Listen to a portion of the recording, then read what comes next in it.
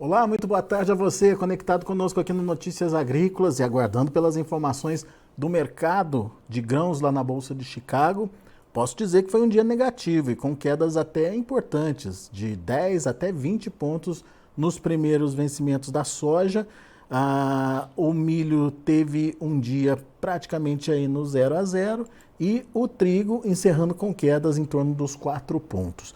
A gente vai entender um pouquinho da dinâmica de precificação lá em Chicago e principalmente entender os pontos que estão fazendo esse mercado trabalhar dessa forma negativa. Quem nos ajuda nesse entendimento hoje é o meu amigo Mário Mariano, diretor comercial da AgroSoja, da Novo Rumo Commodities. Seja bem-vindo, meu caro, obrigado por estar aqui com a gente. E já ajuda a gente a entender, Mário, o que está acontecendo com o Chicago. Chicago estava segurando a barra enquanto o prêmio estava apertando, esfolando o produtor brasileiro aqui no Brasil. Agora, Chicago também, Mário, o que mudou, hein? O mais do mesmo. Estamos monitorando as vendas brasileiras na exportação, a quebra histórica da safra argentina, compras bastante cadenciadas do maior importador de grãos, a China. Também as importações que outrora não, já anunciados recentemente por argentinos. O clima também tem sido um fator de pressão na Bolsa de Chicago. E, por fim, o tamanho das recentes vendas da safra brasileira para americanos e para a China. Boa tarde, Alexander. Boa tarde aos amigos que estão no campo. E vamos juntos trabalhar para melhor entendimento da dinâmica do mercado de hoje. Muito bom, Mário. Então, acompanhando o seu raciocínio e pegando cada um desses itens aí. Monitoramento da venda da safra brasileira. O que o mercado tem que entender? O que está acontecendo com essa movimentação, com essa negociação até agora? E tem espaço para mais pressão a partir do que está acontecendo com a colheita por aqui, Mário? Evolução da colheita? Muito bem, Alexandre. Sobre o ponto de vista exportação, a ANEC tem divulgado que há um potencial de embarques de soja brasileira neste mês de abril de 15,1 milhões de toneladas, maior do que os últimos 14 milhões do mês passado. É natural que isso ocorra, até porque nos meses de março e fevereiro tivemos um atraso dos embarques que eram muito mais volumosos do que foram efetivos, devido ao clima. Dada essa montanha de volume de entregas nesse período do mês de abril, também surgem ao longo da colheita brasileira as indicações do tamanho da sua produção. Então nós já temos aí um volume de 92% da colheita brasileira. Isso indica provavelmente que 155 milhões de toneladas de produção deveremos ter aí, pelo menos até o momento, vendas ao redor de 71 milhões de toneladas. Se houvesse, nesse momento, condições de explorar melhor o tamanho da safra brasileira, já considerando as perdas do sul do país e o aumento de rendimento do centro-oeste, é possível e era fato, e continua sendo, afirmar que o volume de vendas dessa região centro-oeste é muito maior para os portos do Arco Norte e não muito distante do sul, como Santos, Guarujá e principalmente olhando para o lado também de Paranaguá. Eu diria, portanto, que esses volumes todos somados, provavelmente a ANEC deverá confirmar esses valores acima de 15 milhões de toneladas, tem pesado na formação de preços na Bolsa de Chicago. Ainda sobre o ponto de vista da safra brasileira, temos uma expectativa de aumento de exportações de 93 para 93,7 milhões de toneladas. A se confirmar, ainda temos bastante volume a ser embarcado, escoado nos próximos meses, até que toda essa pressão e esse volume grande saia do mercado, diminuindo a força de baixa que vimos nesses dias por conta da produção brasileira. E para finalizar esse lado de produção, não muito distante da oferta grande brasileira, iniciou-se um processo de plantio americano que, pela segunda semana consecutiva de informação, surpreende o mercado, que esperava até 8% do volume plantado, e o relatório americano semanal indicou 9%, bem acima dos 4% na média dos últimos 5 anos. Então, encontra-se nesse momento uma safra brasileira em curso e trânsito e plantando uma safra americana numa velocidade maior, acabou entusiasmando o mercado vendedor a pressionar os preços na Bolsa de Chicago. E diga-se de passagem, mais um dia também, Alexander, de fundos participando de vendas em volume pesado em algum momento dentro do complexo soja, porque o First Republic, um banco que no mês de março sofreu bastante perdas de correntistas e depósitos, e na sua divulgação do balanço trimestral, indicou uma perda do seu resultado. Isso acabou criando uma corrida às vendas deste banco e as ações hoje perderam até 44% do seu valor. Então, como já no passado tivemos uma pressão de participantes dos mercados futuros vendendo o complexo soja, por saberem que os fundos estavam comprados e os fundos comprados estavam vendendo, em algum momento nós tínhamos uma pressão grande de vendas nos futuros da Bolsa de Chicago. E também no vencimento julho, Alexander, deixa eu me estender um pouquinho mais. Havia uma média móvel de 50 dias de $14,29 por bushel. No momento que rompeu esse suporte e veio abaixo, o aumento de vendedores acabou pressionando o valor até $14,11 por bushel. Portanto, o fundamento que acabo de citar, aliado com o movimento técnico, foi mais um dia de pressão nos preços da soja em Chicago. É fundamento, é financeiro, é técnico, enfim, tudo misturado no dia de hoje, justificando essa pressão negativa aí de preços. Agora, só tira uma dúvida, Mário. Quando você fala que a gente já tem negociado 71 milhões de toneladas, soja vendida ou soja já embarcada, já fora do Brasil? Porque isso faz a diferença, né? Será que tem lugar para continuar colocando a soja, enfim? Como é que está essa situação? Muito bem. A pesquisa feita por vários órgãos, aqueles que estão no campo, acompanhando o plantio, a colheita e a comercialização de grãos, indicaram que, em média, o brasileiro já vendeu 46% da sua produção de soja. Isso é a somatória de todos os estados produtores de maior importância. Então, a minha conta ficou simples. Se a Conab, com 153,6 milhões de toneladas, estiver correta, as vendas até agora sobre os 46% equivalem a 70 milhões e 600 mil toneladas. Não que tenham sido embarcadas, mas houveram vendas nesse valor. Se eu estou do lado comprador e vejo que ainda tem mais 70 milhões de toneladas para ser comercializada, é fato, eu devo ter cautela na compra, na aquisição mais lenta, porque a oferta será feita num período mais longo.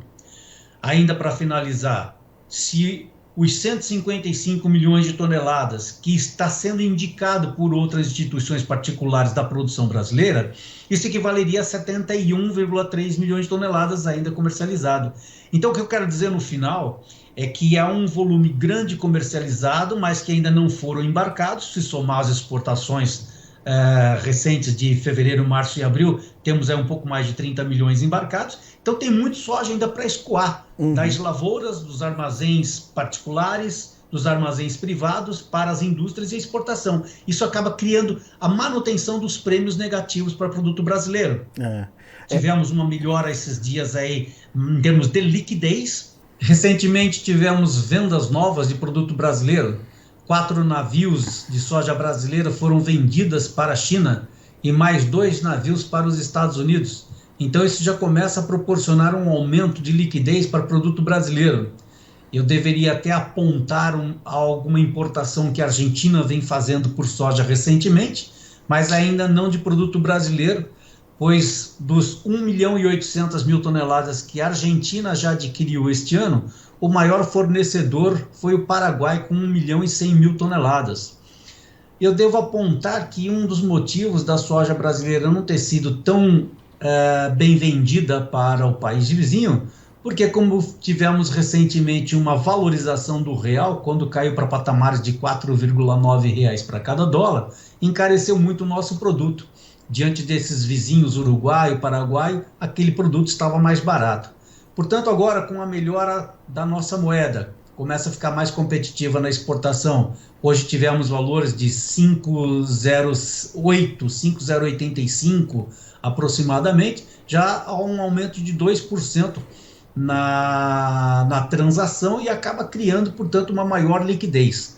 Isso posto, eu quero acreditar que os prêmios já estiveram absolutos na formação negativa de preços para o ativo brasileiro e quem sabe agora começa a ser reduzido exatamente por conta, quando digo reduzido é aumentar, né, o preço, voltar a recuperar os prêmios brasileiros depois dessa queda mais recente. Portanto, Alexander, são também esses movimentos aqui pontuais que acabou impulsionando o mercado para baixo nos prêmios da exportação e com essa liquidez mais recente chinesa, americana, provavelmente teremos um aumento no compasso de vendas adiante.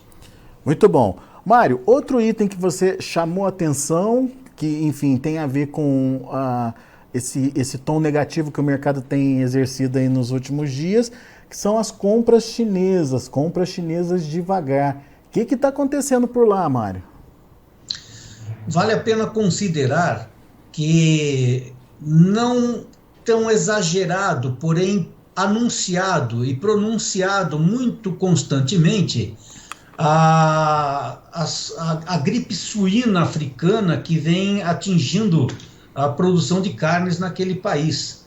Então, é muito preocupante a possibilidade de redução da oferta de carnes naquele país, portanto, a aquisição de grandes quantidades de matéria-prima soja para o esmagamento, que hoje mostra claramente que o esmagamento na China está bastante negativo, as margens são negativas, o preço do farelo ele não tem a demanda esperada por conta desta razão. A quantidade de consumidor final animal está limitando bastante novas aquisições de farelo, portanto, leva-se de conta-gotas, né, por assim dizer, numa expressão mais popular, as compras. Por isso eu citei a relação de vendas aqui do Brasil. Faço, inclusive, uma entonação para as vendas americanas, que, embora tivesse aumentado no primeiro trimestre desse ano para a China, ela é significativa em termos de valores. Foram 43% de aumento de vendas de soja americana para a China nesse primeiro trimestre, somando até o mês de março, Alexander, 4.830.000 toneladas. Se comparado com os 3.370.000 do ano passado, mostrou-se que a soja americana estava mais barata do que a brasileira, não só pelo fato de estar mais barata por conta da moeda americana, como também pelos percalços que tivemos aqui sobre o clima, colheita e o atraso do embarque. Portanto, a demanda existe, mas ela está muito pontual. E agora, com esse peso da oferta brasileira e do plantio americano, os compradores estão mais lentos na sua aquisição. Isso responde à tua pergunta, por que o mercado está mais lento, tanto na demanda global, quanto na demanda pontual latino-americana. Aliás, deixa eu contar sobre a produção global. 370 milhões de toneladas é a produção da soja brasileira, a soja americana, de novo, 370 milhões de toneladas da soja global produzida, representando 10,4 milhões de toneladas a mais em relação ao ciclo anterior. Esses dados foram divulgados recentemente pela Oil World e dizendo que o tamanho da produção também é pesado o suficiente para pesar nos preços na Bolsa de Chicago e também sobre os prêmios recentes do Brasil, Alexandre. Dúvidas? Pois é. O que a gente percebe, Mário, é que tem uma conjunção de fatores negativos aí em cima do mercado, e o mercado não tem por onde caminhar, né? Não tem para onde ir. E agora, Mário, o que se faz diante de uma situação dessa? Chora? Nós temos visto um comportamento de procura por parte de vendedores, e não só o vendedor pessoa física que produz, mas também o vendedor dos insumos que recebe soja como forma de pagamento, Então, essas revendas de insumos também têm procurado bastante informações relativo a uma tendência, uma expectativa de melhora dos preços. É muito provável que, com os dados que citei para vocês, o tamanho da nossa produção, o tamanho do escoamento dela até agora e as vendas também já sabidas e anunciadas, nós teremos um período um pouco mais longo de percalços, mas penso que os valores atuais já foram baixos o suficiente. Deixa eu citar aqui, inclusive, o que é baixo recentemente. Eu selecionei aqui a região de Diamantino, a região de Tangará da Serra, a região de Desciolândia, que é um triângulo ali do Médio Norte. Se considere também Nova Mutum, não é muito diferente. A queda do preço do dia 27 de março até o dia 25 de abril hoje, foram R$ 20 de baixa, saindo de R$ 129 para R$ 109,50 hoje. Então, isso representa 18% de baixa num período muito curto. Então, Alexander, eu quero entender, ou estou avaliando, que a pressão dos preços, por todos esses fundamentos que nós conversamos e temos levado como relevância para os nossos parceiros do campo, já serviu o suficiente para jogar os preços bem para baixo. Fatos novos daqui para frente poderiam ser reconsiderados para saber se ainda tem força para maiores quedas. Mas uma coisa é certa, eu acho que sofremos bastante nesse período de colheita, queda de preços, e agora a tendência, na minha opinião, é dar uma acalmada e, quem sabe, porventura, começar a enxergar uma liquidez maior, onde o produtor possa estabelecer as suas novas regras de comercialização, incluindo aquela dinâmica de conchegar os dois grãos nos mesmos espaços. Eu estou falando da soja e do milho, que está chegando aí por volta do mês de junho. Isso poderá provocar, portanto, um novo pensamento sobre a tendência das estratégias dos produtores, vender mais ou menos ou colocar em outras condições de armazenamento. Mas uma coisa é certa, precisamos de um momento para poder repensar numa nova estratégia de como comercializar os nossos produtos para o segundo semestre. Quem diria ter liquidez ficar mais importante do que ter preço, né, Mário?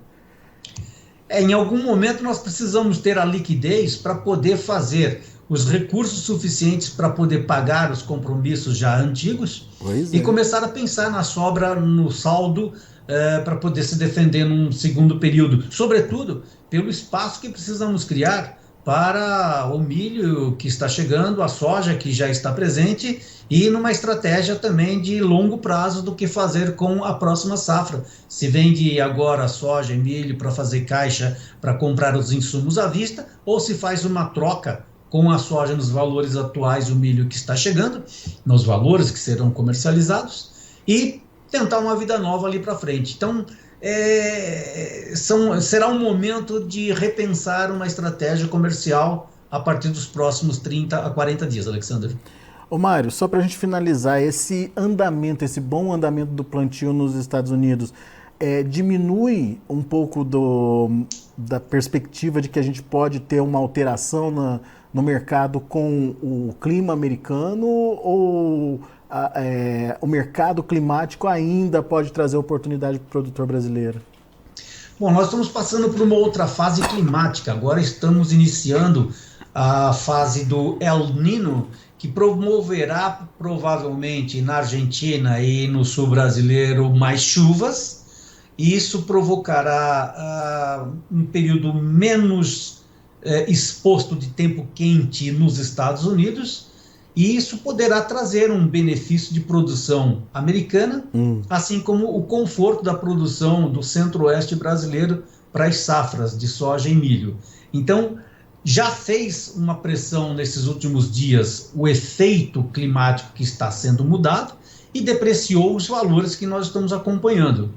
Se daqui para frente nós tivermos alguma demanda, poderá momentaneamente levantar os preços na Bolsa de Chicago.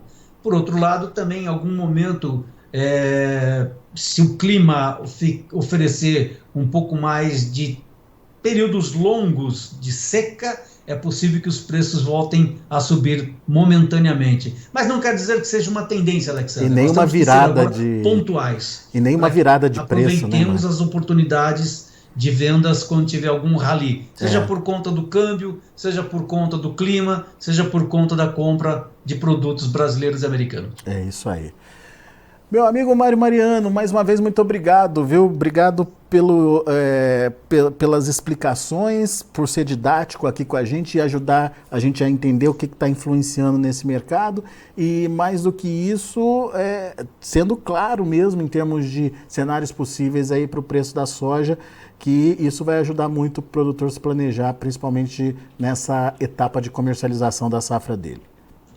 É sempre bom estar com vocês, amigos da Notícias Agrícolas, aqueles que os acompanham, incluindo nesse meu comentário final, que qualquer dúvida que haja nas explicações, e muitas vezes é claro para mim, pode ser claro para você, mas não tão claro para qualquer outro que esteja nos acompanhando. Manda mensagenzinha lá e a gente vai responder com mais clareza as dificuldades de leitura da nossa notícia. Até o próximo encontro, Alexander. Bom estar com você. Valeu, Mário. Grande abraço, meu amigo. Até a próxima. Tá aí Mário Mariano, direto lá de São Paulo, trazendo as informações do mercado. A gente agradece muito a participação do Mário. Vamos ver os preços, como estão encerrando as negociações lá na Bolsa de Chicago. De olho na tela. Para maio, 14 dólares e 45 centes por bushel, queda de 20 pontos na soja. Julho, 14,17, queda de 18 pontos e meio. Agosto, 13,62, queda de 15 pontos mais 75, e o setembro, 12 dólares e 87 centes por bushel, uma queda de 10 pontinhos. Isso é a soja. Vamos ver o milho. Milho encerrando para maio com queda de quase 5 pontos a 6,46. O contrato maio já perdendo aí o seu valor. O julho, 6 dólares e 7 centes por bushel, uma alta de 0,25. Setembro, 5 dólares e 51, alta de 1 ponto. Dezembro, 5 dólares e 48 centes por bushel, uma alta de 0,75. E para finalizar, a gente tem o trigo. Trigo também no vermelho, maio 6,38, queda de 4 pontos mais 75, julho 6,53, queda de 4 pontos, setembro 6,64, queda de 4 pontos mais 25, a mesma queda para dezembro, que fechou a 6,82. São os números de hoje, já de fechamento do mercado. A gente se despede, agradeço a sua atenção e audiência. Amanhã tem mais informações e outros destaques aqui para você no Notícias Agrícolas. Continue com a gente.